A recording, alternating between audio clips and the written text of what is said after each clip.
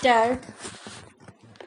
अध्यक्ष महोदय, आज मैं दूरदर्शन पर दिखाए गए बच्चों के कार्यक्रमों तथा बाल चित्र समिति के संबंध में 2 शब्द कहने की आज्ञा चाहूँगा। विराम।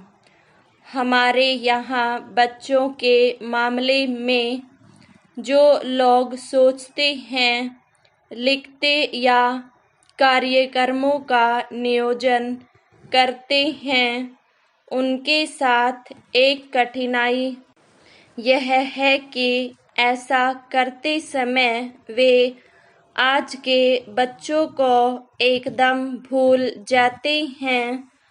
उनकी दृष्टि में बच्चों के लिए कुछ करने का मतलब है कोई भी किस्सा कहानी पेश करना। विराम।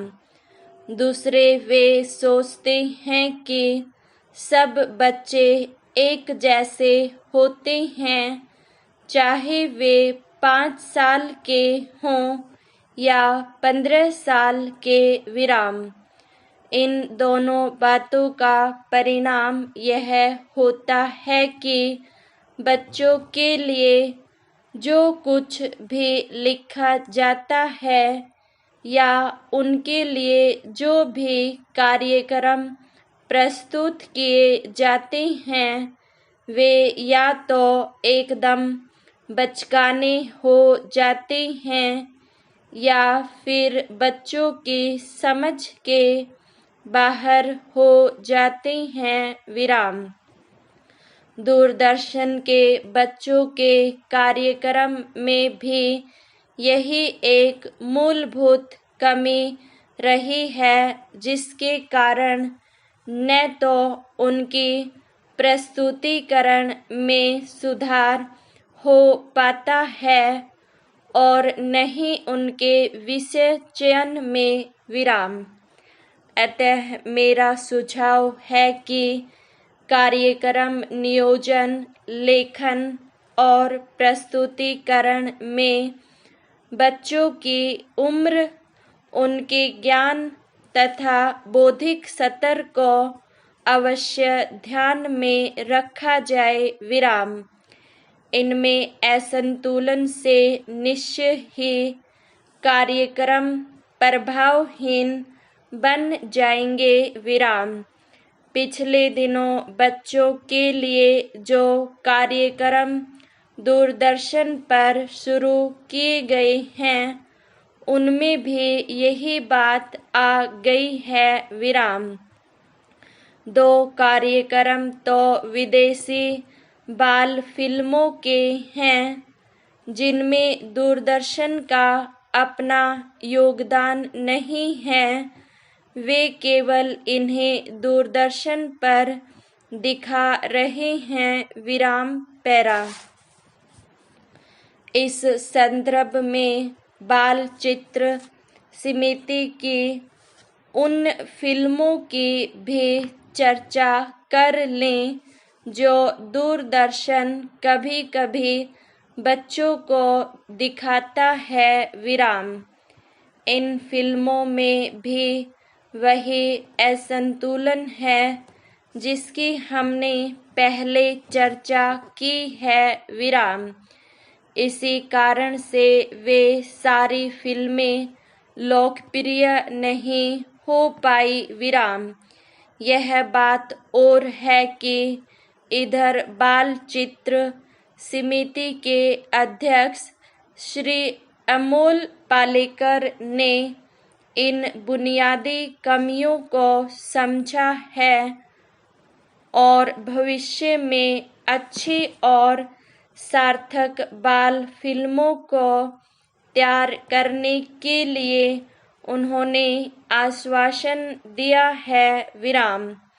राष्ट्रीय फिल्म वित्त निगम के अध्यक्ष भी बच्चों को सार्थक बाल फिल्मों में देने के लिए गंभीरता से विचार कर रहे हैं। विराम। पैरा। सच्चाई यह है कि आज के बच्चों के सामने जो प्रश्न हैं, आज वे जिन विषयों के बारे में जानना चाहते हैं, उनके बारे में बताने से हम स्वयं घबराते हैं।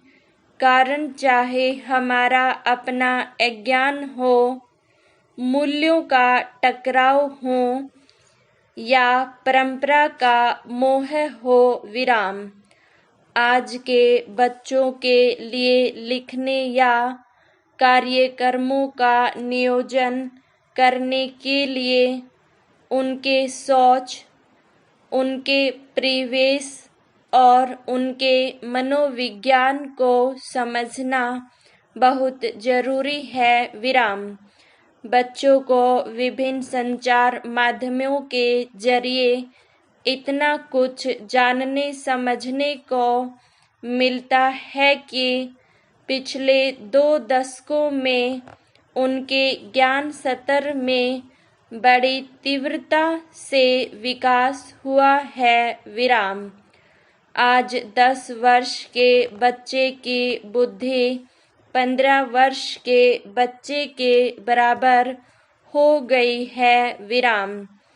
बच्चों के इस बौद्धिक विकास के अंतर को न तो बच्चों के अधिकांश लेखक और न ही संचार माध्यमों के बाल कार्यक्रम नियोजक अपने लेखों में प्रस्तुत कर पाते हैं, जबकि जरूरी यह है कि हमारा लेखन कार्यक्रमों का नियोजन ऐसा हो जो विभिन्न आयु वर्ग के बच्चों में हो रहे बौद्धिक विकास के अनुरूप हो विराम।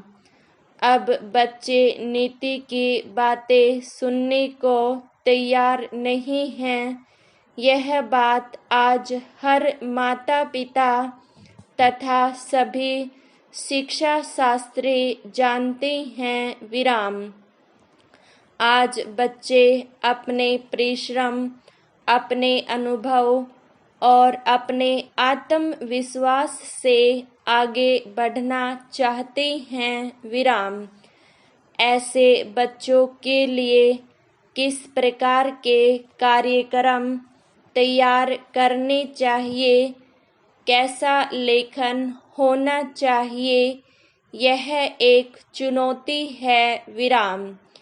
यदि इस चुनौती को स्वीकार नहीं किया जाता तो हम जो कुछ करेंगे वह एकदम असामयिक तथा अनुपयोगी होगा विराम।